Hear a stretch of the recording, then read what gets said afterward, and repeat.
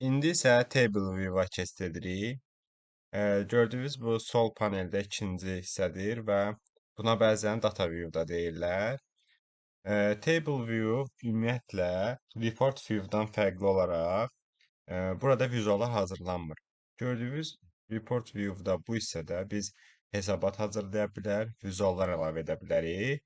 Amma Table View-da biz sadəcə məlumatların özünə baxırıq. Yəni cədvəl formasında olan məlumatları görə bilərik və yoxlaya bilərik.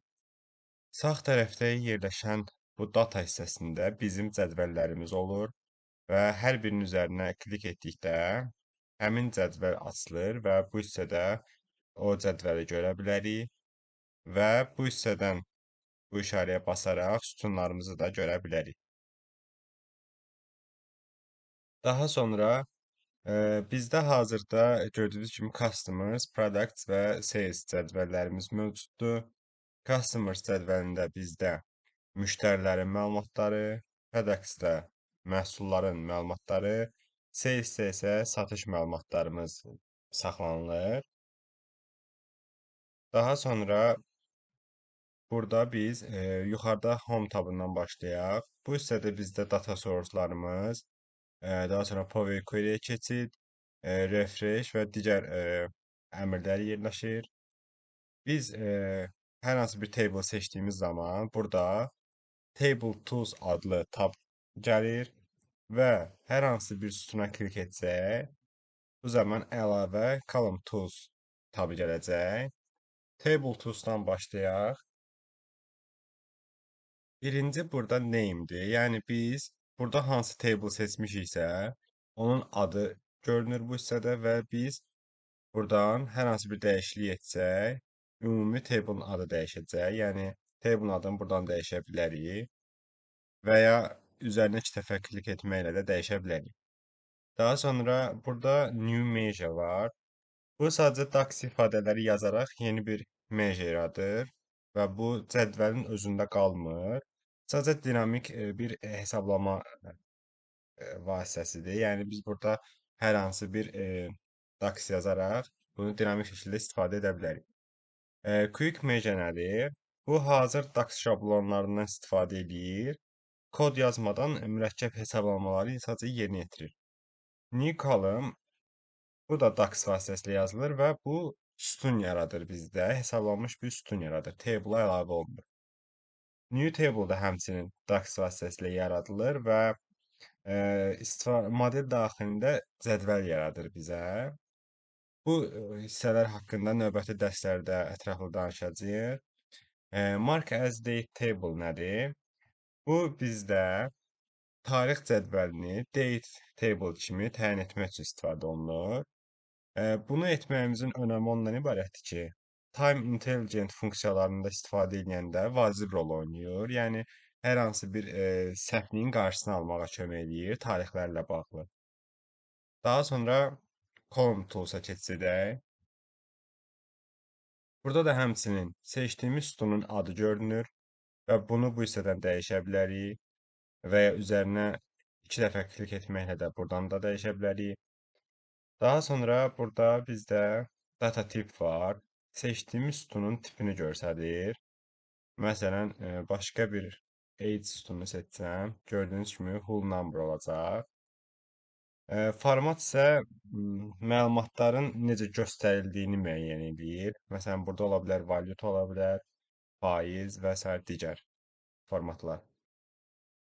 Daha sonra satış cədvəlini seçirəm və burada məsələn unit price sütunumuz var. Bu nədir? Bizdə vergüldən sonraki rəqəmlər neçə rəqəm görülsün onu göstərir. Məsələn, 0 olsa bu şəkildə, 1 olsa vergüldən sonra 1 ədəd görünəcək. Daha sonra 2 qoysaq bu şəkildə 3, 4 və istədiyimiz qədər əlavə edə bilərik. Bu da həmçinin ümumiyyətlə Excel-dən olan əmrlərə bənzəyir. Summarization nədir? Bu bizdə ədədi sütunların vizualda necə hesablandığını müəyyən edir. Belə deyək. Bu hissədə sales sütununa, sales cədvəlinə baxıram və quantity məsələn. Gördüyünüz kimi qabağında bu işarə var, sum işarəsi və bu sütunu seçdikdə, indi buradan seçək, quantity. Sütunumuz seçilib və görürük ki, burada sum yazılıb. Burada bundan əlavə don't summarize, yəni heç bir əməliyyat etməsin. Ortalama, minimum, maksimum kimi əməliyyatlar var. Biz indi başqa bir ədədi sütuna baxaq. Məsələn, product key. Burada gördüyünüz kimi don't summarize yazılıb. İndi bunun nə olduğunu sizə göstərəcəm. Məsələn, bir dənə kart vizualı əlavə edirəm. Bunu indi kopyalayıb 2 dənə olsun. Və bunun birinə biz quantity sütununu əlavə edəcəyik. Gördüyünüz kimi sum olduğuna görə avtomatik cəmləyir. Digərinə isə biz product key əlavə etsək, gördüyünüz kimi bizdə sadəcə həmin sütundakı dəyərləri göstərir. Yəni heç bir toplama və yaxud da minimum, maksimum icra etmir. Amma biz gəlib buradan bu sütunu seçsək, product key və sum etsək və gəlib bu hissədən bu product key silib yenidən əlavə etsək, gördüyünüz kimi bu zaman cəmini vermiş olacaq. Yəni summarization bu işə yarayır.